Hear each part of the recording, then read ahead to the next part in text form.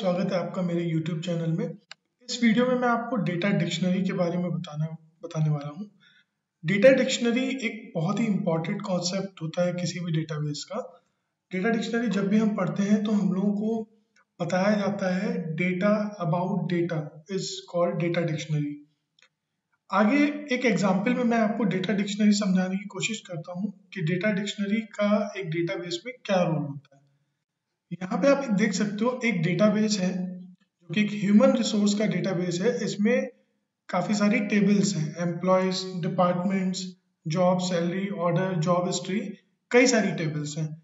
इन सारी टेबल्स का creation user ने किया है या हम लोगों ने किया है अपनी रिक्वायरमेंट के हिसाब से। इनमें हमने रिकॉर्ड्स डाले हैं और इनको एक्सेस हम करते हैं अपनी जैसी रिक्वायरमेंट होती है वैसे इनको एक्सेस करते हैं। लेकिन कुछ ऐसी इंफॉर्मेशन है जो हम इसमें स्टोर नहीं करते हैं और हमें उसे एक्सेस करने की ज़रूरत पड़ती है। फॉर एग्जाम्पल मैं आपसे पूछूं कि इस डेटाबेस में कितनी टेबल है, ये इंफॉर्मेशन आप डेटाबेस में स्टोर नहीं करते हैं।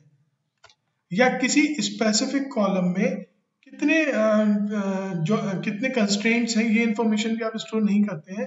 कौन सी टेबल किस समय पर बनाई गई है, ये इंफॉर्मेशन भी आप स्टोर नहीं करते हैं।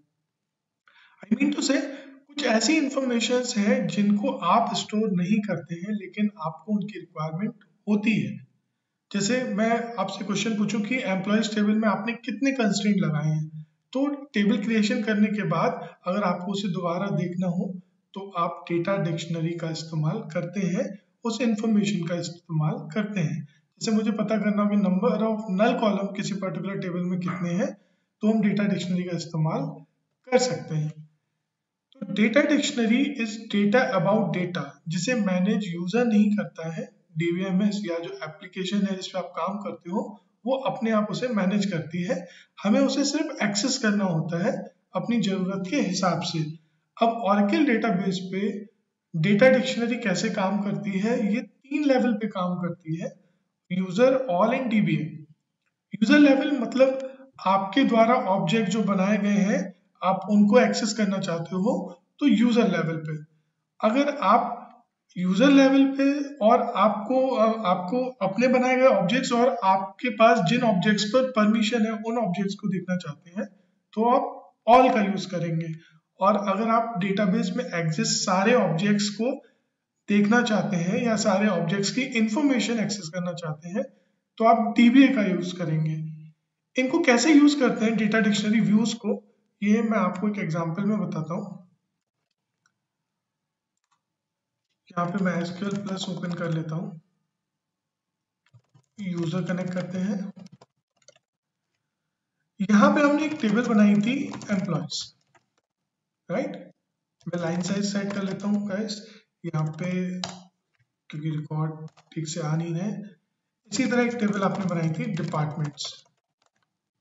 आपने इन टेबल्स पे कुछ कंस्ट्रेंट लगाए थे। मैं सपोज ये चाहता हूँ, मैं ये देखना चाहता हूँ कि इस यूजर में जिससे हम कनेक्टेड है, इस यूजर ने जितनी भी टेबल बनाए हैं उनके कंस्ट्रेंट्स मुझे देखना है कि किस टेबल पे कौन सा कंस्ट्रेंट किस कॉलम पे लगा हुआ है। तो ये इंफॉर्मेशन आपने स्टोर नहीं की है लेकिन डेटाबेस उसे खुद ही मैनेज करता है। तो इसके लिए हमारे पास प्री डिफाइन एक व्यू है, प्री डिफाइन एक टेबल बोल सकते हो आप उसे एक्सेस करने के लिए क्या लिखोगे, सिलेक्ट ऑल फ्रॉम, या हमारे पास जो व्यू है उसका हम डेफिनेशन देख लेते हैं, यूजर अंडरस्कोर कंस्ट्रेंट्स। आप देख सकते हो इसमें कई सारे कॉलम हैं, इसमें कंस्ट्रेंट का नाम, कंस्ट्रेंट का टाइप, टेबल का नाम दिया हुआ है। तो हम इसमें सिलेक्ट कर लेंगे कंस्ट्रेंट का नाम, कंस्ट्रेंट का type and table name from user underscore constraints.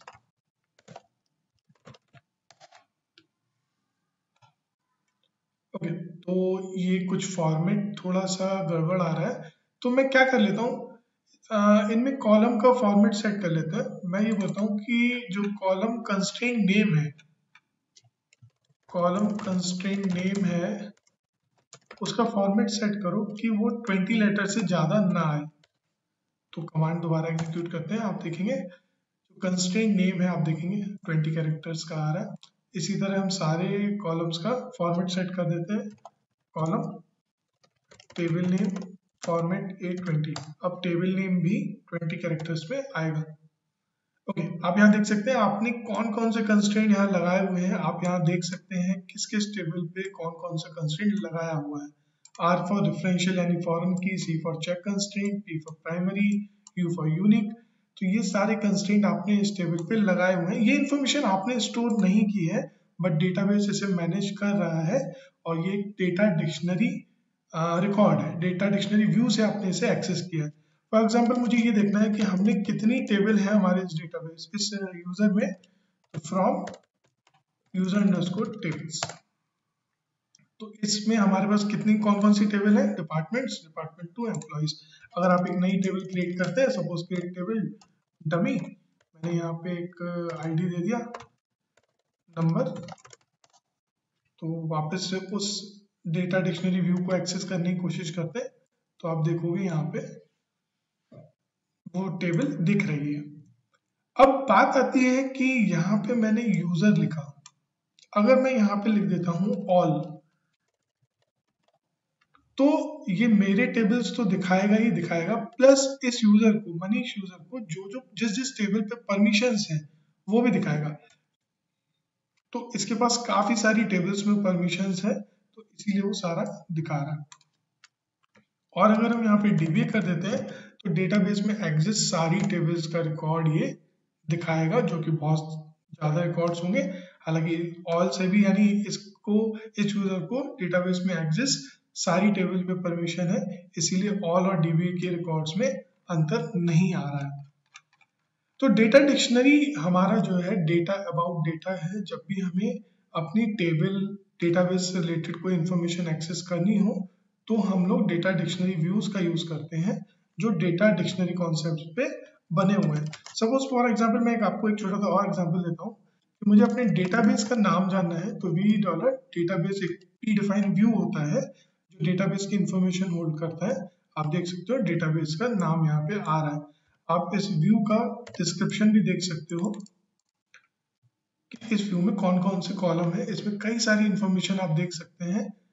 हालांकि मैं ये इन्फॉर्मेशन एक्सेस करके आपको नहीं दिखाऊंगा क्योंकि ये काफी एडवांस लेवल की इंफॉर्मेशन है, जो बेसिक एसक्यूएल में इसकी कोई रिक्वायरमेंट नहीं है।